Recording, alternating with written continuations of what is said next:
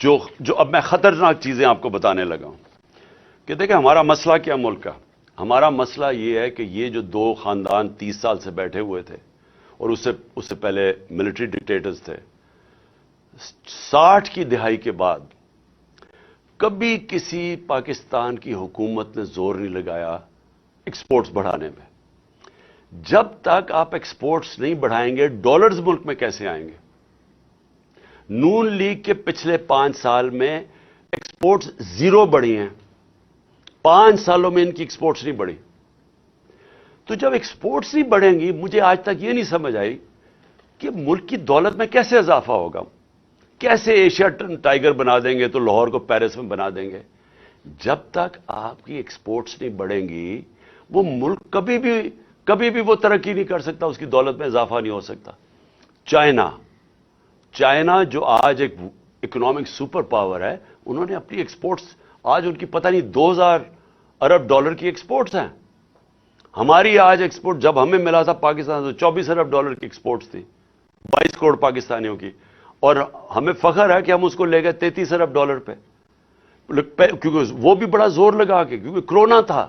Corona کی وجہ سے دنیا بند ہوئی تھی, 2 سال تو چائنا بند رہا ہے, تو اس کے باوجود ہم 33 ارب ڈالر.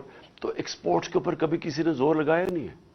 تو آج پاکستان کے اندر جو خوفناک بات کیا ہے کہ ہماری ایکسپورٹس گرنی شروع ہو گئی ہے. جو ہماری ایکسپورٹس بڑھ رہی تھیں اور جو ریکارڈ پہ پہنچی تھی, اور ہمارا خیال تھا کہ اگر ہم رہتے تو وہ 38 ارب ڈالر پہ پہنچ جانی تھی, وہ اب ہر مہینے 18% ایکسپورٹس پاکستان کی گر رہی ہیں. تو بجائے دولت میں اضافہ ہونے کے وہ نیچے آ رہا ہے. جو ہماری ریمیٹنسز ہیں, جو ہمارا جو اوورسیز پاکستانی پیسے بھیجتے ہیں, ایک تو ان کو اعتماد نہیں ہے اس حکومت پہ, دوسرا اور وہ ہے کہ ہمارا روشن ڈیجیٹل اکاؤنٹ جس میں اوورسیز پاکستانی پیسے وہ کم ہونے شروع ہو گئے ہیں. پاکستانیز نے اپنا پیسہ نکالنا شروع کر دیا اوورسیز پاکستانی نے. اور دوسرا کہ جب اتنا بڑا فرق آ جائے آفیشل ڈالر کی ریٹ میں اور مارکیٹ ریٹ میں, تو وہ تو ایک دم سیدھا ہی اس کا فرق پڑے گا ریمیٹنسز میں.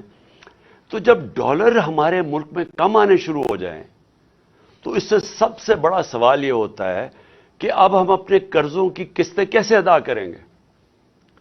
اگر ہم جو کوشش پوری پالیسی تھی کہ ڈالرز ہمارے بڑھیں, ریمیٹنسز بھی آئیں اور ایکسپورٹس ہماری بڑھیں جو بڑھ رہی تھی, اور پھر ہماری کوشش یہ تھی کہ آئی ٹی کی ایکسپورٹس بڑھائیں جو 75% ہم نے بڑھائی تھی, جو فیوچر ٹیکنالوجی کا ہے, اور اس کے علاوہ جو انویسٹمنٹ لے کے آنی تھی, جو ہم نے اسپیشل اکنامک زونز بنائے ہوئے تھے جدھر سے ہم نے انویسٹمنٹ لے کے آنی تھی, اور چائنا سے ہماری بڑی آگے بات چل چکی تھی.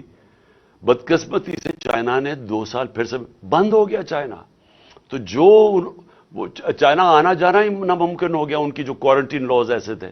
تو جو ہم نے ان سے اپنی اسپیشل اکنامک زونز میں انویسٹمنٹ کروانی تھی, اس سے بھی ہمارے ڈالر کی انٹیک بڑھانی تھی. تو اب نہ انویسٹمنٹ آ رہی ہے, ایکسپورٹس ہماری نیچے جا رہی ہیں, ریمیٹنسز ہماری نیچے جا رہی ہیں, ڈالرز ہمارے کم ہو رہے ہیں, قرضے ہمارے بڑھتے جا رہے ہیں. تو کس نے ادا کرنی ہے؟ آج جدھر پاکستان کھڑا ہے ہم یہ کیسے قسطیں ادا کریں گے؟ اور یہ میں پھر سے اسی پہ آ گیا ہوں کہ مجھے آج کیوں خطرہ ہے, کیوں ہماری طرح کے لوگوں کو خطرہ ہے اور فکر پڑی ہوئی ہے, اور کیوں ان کو نہیں فکر. میں سب سے پوچھتا ہوں, اپنی اسٹیبلشمنٹ سے پوچھتا ہوں, اپنے ہر طبقے کے پاکستانی سے پوچھتا ہوں کہ کیا آپ کو فکر نہیں ہے کہ آپ پاکستان کدھر جا رہا ہے؟ میں جب الیکشنز کی بات کرتا ہوں, میں الیکشنز کی اپنی ذات کے لیے نہیں بات کر رہا, میں تحریک انصاف کے لیے نہیں بات کر رہا. تحریک انصاف نے تو جب بھی یہ الیکشن کروائیں گے انشاءاللہ, جس طرح کی پبلک سپورٹ ہے آج پی ٹی آئی کی, پاکستان کی تاریخ میں کسی پولیٹیکل پارٹی کی نہیں تھی. 4 صوبوں میں پارٹی پھیلی ہوئی, باقی تو 2 پارٹیز رہ گئی ہیں, چھوٹی چھوٹی پارٹیز, صوبائی پارٹیز بن گئی ہیں.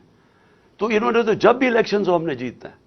تو ہمیں یہ نہیں فکر کہ اگر الیکشن ٹائم پہ ہوں گے تو ہمیں کوئی فرق پڑ جائے گا. مجھے خوف آ رہا ہے کہ جتنی دیر اب یہ گورنمنٹ چلے گی, اس ملک کا جو معاشی بحران ہے وہ بڑھتا جائے گا. اور وہ کیوں بڑھے گا؟ کیونکہ جب تک ملک میں پولیٹیکل سٹیبلٹی نہیں آتی, سیاسی طور پہ ملک میں استحکام نہیں آتا تو معاشی طور پہ تو استحکام آ ہی نہیں سکتا. ساری دنیا کی کامن سینس ہے کہ معیشت تب ترقی کرتی ہے جب سرٹنٹی ہوتی ہے, جب استحکام ہوتا ہے. میں اگر آج بزنس مین ہوں, میں آج ایک انویسٹر ہوں, میں تو تب پیسہ لگاؤں گا جب مجھے پتا چلے گا کہ یہ 4-5 سال کی حکومت چل رہی ہے, اور میرا آج اگر پیسہ لگاؤں گا تو 2-3 سال کے بعد جب مجھے اس کا نفع آنا شروع ہوگا. مجھے جب یہی نہیں پتا کہ 6 مہینے میں کیا ہوگا اور اگلے 8 مہینے میں کیا ہوگا, کون پیسہ لگانے لگا ہے؟ اوپر سے پاکستان کی, جس طرح میں نے کہا, جب کریڈٹ ریٹنگ ہی گر گئی ہے, جب پاکستان کے رسک ڈیفالٹ اتنی 100% تک پہنچ چکی ہے, تو کسی نے پیسہ ہی نہیں دینا. نہ کسی کمرشل بینک نے پیسہ دینا ہے, نہ کسی انویسٹر نے آنا ہے. تو یہ تو ان کے پاس تو اب کوئی روڈ میپ ہی نہیں ہے. ان کی تو صرف اب ایک کوشش ہو رہی ہے, اور کوشش ان کی اب آج کیا ہے؟ کوشش بڑی سیدھی ہے. کوشش ہے کہ نہ میچ اب یہ کھیل نہیں سکتے. 36 جو بائی الیکشنز ہوئے تھے ان میں سے 29 پاکستان پی ٹی آئی جیت گئی ہے. اس کے باوجود کہ ان کے پاس پوری اسٹیٹ مشینری تھی, ان کے ساتھ پورا جو اس ملک کی الیکشن کمیشن ہے, جس نے بے شرمی سے جس طرح انہوں نے ان کی مدد کی, اور اسٹیبلشمنٹ ان کے ساتھ تھی. ہمیں کہا گیا تھا نا جی سلیکٹڈ ہے, تو اب تو کسی میں شک نہیں ہونا چاہیے نا کہ کون سلیکٹڈ ہے. جس کے ساتھ, ان سب کے ساتھ سارے ملک کے جو بھی اس ملک کے پاور ہاؤسز تھے وہ ان کے ساتھ کھڑے تھے. اس کے باوجود 75% by elections P T I جیتی ہے. اب اس خوف سے انہوں نے الیکشن نہیں کروانے. نواز شریف وہاں باہر بیٹھا ہوا ہے, اس نے وہ الٹا لٹک جائے گا, الیکشن نہیں کروائے گا, کیونکہ اسے پتا ہے الیکشن میں رزلٹ ان سے بہت برا ہونا ہے. لہٰذا یہ ڈیلے کرنا چاہتے ہیں. ان کی تو اگر کوشش ہو تو یہ تو اس سے بھی آگے جانا چاہتے ہیں.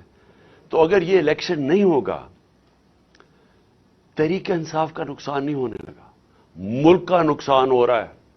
ملک جس تیزی سے نیچے جا رہا ہے, مجھے چھوڑیں, باہر کے کوئی بھی انڈیپینڈنٹ جو معیشت کے تجزیہ کار ہیں, کسی سے پوچھ لیں.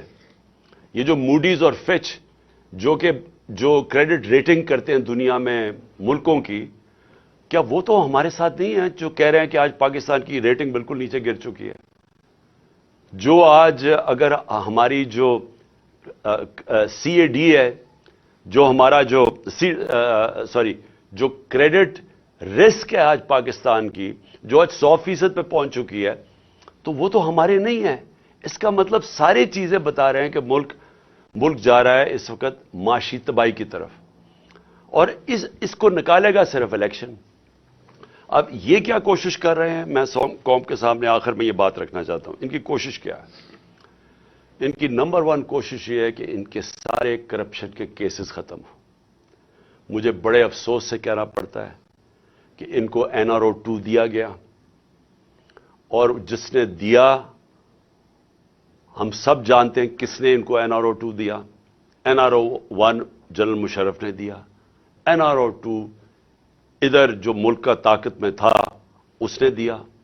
اور اس کی وجہ سے کیا ہوا ہے کہ سارے کرپشن کے کیسز ان کے ختم ہو رہے ہیں, ایک ایک کے. اور وہ کرپشن کیسز جو ان کے دور میں بنے ہوئے تھے, یہ کیسز ہمارے دور میں نہیں. سوائے شہباز شریف کے کیسز, جو FI کا کیس تھا, اور جو وہ TT کا کیس, 24 ارب کے جو اس خاندان پہ کیسز تھے, باقی سارے کیسز ان کے پرانے کیسز تھے. سارے کیسز باری باری معاف ہو رہے ہیں. انہوں نے NRO 2 اپنے آپ کو, NRO 2 جو کہ اسمبلی کے اندر قانون پاس کر کے جو نیب میں ترمیم کی ہے, اب یہ سب بچ جائیں گے. اور یہی مقصد ان کا آنے کا تھا. ملک کا پھر سے میں آپ کو, ان کو کوئی فکر نہیں ہے کہ ان کے پیسے باہر پڑے ہیں, تو ان کو کرپشن کے اپنے کیسز معاف کروائیں گے ایک ایک کر کے. ہر روز ہم دیکھتے ہیں کہ کبھی وہ پہلے مریم بچ گئی, پھر اس کے بعد وہ اسحاق ڈار آیا, وہ ڈرائی کلین ہو گیا. اس کے بعد اب یہ رانا ثناء اللہ کو بھی انہوں نے فیصلہ کیا کہ یہ تو بالکل ہی صاف اور شفاف ہو گیا. اور پھر اب سلمان شہباز صاحب لندن سے واپس آ رہے ہیں,